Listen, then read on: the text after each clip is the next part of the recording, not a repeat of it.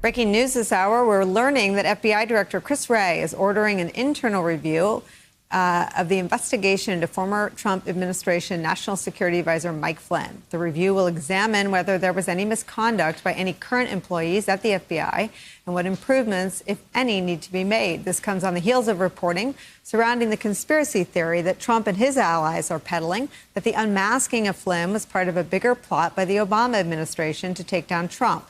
The Washington Post reporting that Mike Flynn was never masked to begin with. Quote, when the FBI circulated the report, they included Flynn's name from the beginning because it was essential to understanding its significance. That's according to a former senior U.S. official who spoke anonymously to describe sensitive intel. Quote, there were therefore no requests for the unmasking of that information. Let's bring in former Assistant Director for Counterintelligence at the FBI, Frank Figliuzzi. Frank Figliuzzi, I just made a quick count on my fingers of all the people who have examined the Russia investigation. John Huber was an outside attorney general, I think from Utah, tapped when Jeff Sessions still ran DOJ to look into the origins of the Russia investigation. John Durham has now turned his probe of the origins of the Russia investigation into a criminal one. House Intel Committee, Senate Intel Committee have looked at this. Inspector General Horowitz has looked at this. And now we have Chris Wray looking at this. What are they looking for? Well, we also had U.S. Attorney Jensen, who looked into this and actually now has said he's pretty much done, which has allowed Christopher Wray to do his thing internally. So here's what's happening. The FBI succeeds or fails on its credibility. Its credibility has been bashed by the White House and others now for 3 years. This is a time now for them to come up for air and for Christopher Wray to exercise the authorities that he can exercise with regard to onboard employees. So he has no authority over ex-employees, whether it's Comey, McCabe, Strzok, or Page, but rather he needs to know whether practices can be improved, whether or not they did everything by the book. He needs to understand this in his own context. And what we're seeing is an inspection division, FBI inspections, conducting an internal inquiry really to help restore the public trust in the Bureau that it can take care of its own business and clean up anything in-house. It's nothing more and nothing less. So for those who are quick to say, oh, Director Wray must have been pressured by the Attorney General to do something, this is an internal inquiry. And if anything, it's be careful what you ask for. You might get it, because he might conclude that everything was by the book.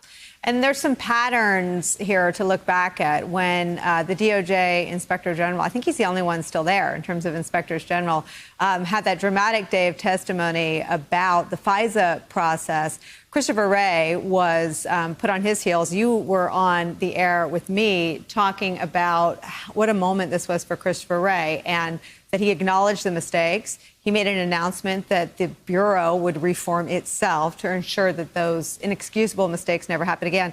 And he does happen to still be there. How does that bode well for him, or does that, in the eyes of Trump watchers, put him in this precarious position of actually being independent? Yeah, he is between a rock and a hard place. And you know what you do when you're between a rock and your hard place? You just hunker down and do the right thing. And it's my impression, and from those I speak with, that Director Wray is simply trying to do the right thing and run the agency as independently as he can. He's going to call his shots where he can, and his authorities, again, are for internal inquiries. I don't think he's anybody's man. I think he's working for the American people. And I think this investigation will tell us whether the FBI followed its own rules in the course of the Flynn investigation. Let me just ask you one more question, and then I want to turn to another headline today. What is there still unknown? I know Adam Schiff today called for that conversation. The conversation that we still have not seen is the transcript between Mike Flynn and Russian Ambassador Kislyak, which was what Mike Flynn admitted multiple occasions to lying about. So he had a conversation with Russian Ambassador Kislyak in which Mike Flynn, we're led to believe, made some commitments about easing sanctions once Trump was in office. It's a policy change in direction that Mike Flynn certainly had the authority to enact once he was a sitting national security advisor. We've never understood why he lied about it when the FBI came in and asked him about that conversation, but neither have we ever seen the transcript of that call. You've got Adam Schiff calling for that to come out, Susan Rice who was President Obama's national security advisor, who had some of her emails declassified that had whatever the opposite of smoking, no gun in them, declassified. If transparency is the cure, why not release that transcript between Flynn and Kislyak? Indeed, when the president has given Attorney General Barr authority to basically declassify whatever he wants, but apparently it turns out he's only going to declassify what helps the president. Look, I just used the phrase earlier, be careful what you ask for, you might get it.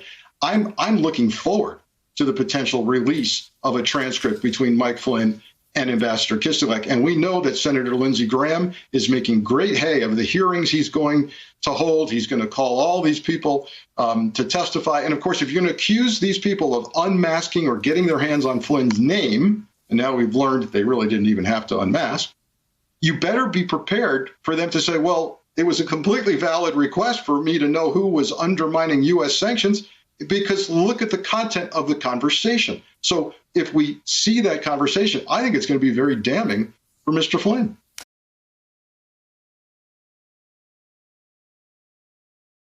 Hey there, I'm Chris Hayes from MSNBC. Thanks for watching MSNBC on YouTube. If you want to keep up to date with the videos we're putting out, you can click subscribe just below me or click over on this list to see lots of other great videos.